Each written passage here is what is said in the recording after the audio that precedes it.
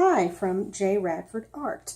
I'm working on an edition of 50 of these books for a client, and I had worked up this great little jig that I wanted to show you using two pieces of book board that I had measured and made sure were completely parallel, and then just using my larger tear bar.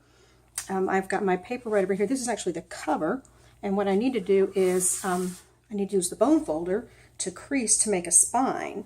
And since I had to do 50, I thought, wow, I don't want to have to measure each and every one. So I worked up this jig, and what you do is you just slide this cover paper right under the big tear bar, and then snug it up right here against these two pieces of book board. Now I've got this measured to 12 1/16 inches because we want a 12-inch cover, but we want a 1/16 of an inch on all sides for the cover, and then you just take your bone folder and score. You pull this out, turn it around, you make the other score for the spine, and flip it out. And there we've got the score for the spine. I'm not going to fold it because this client wants to put the cover through a laser cutter and then a foil press, so I'm just going to leave them flat, but then I just put up another one, slide it under, snug it up against my pieces of book board, score, slide it out, slide the other side in,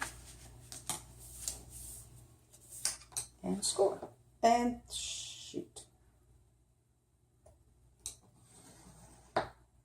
Okay, well, so there you go. Mistakes happen. We'll set that one aside.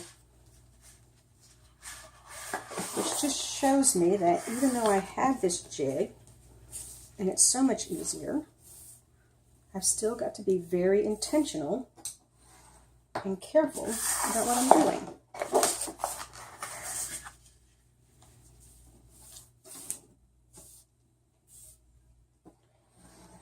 And score. There you go.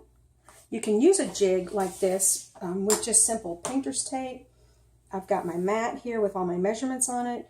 I used a similar jig earlier with some larger pieces of book board to cut this paper. So I snugged the paper up, and then I just was cutting, putting the piece of paper in and cut. So you can use this kind of a jig for anything, any kind of tearing or cutting that you're doing a lot of. So certainly makes things a lot easier.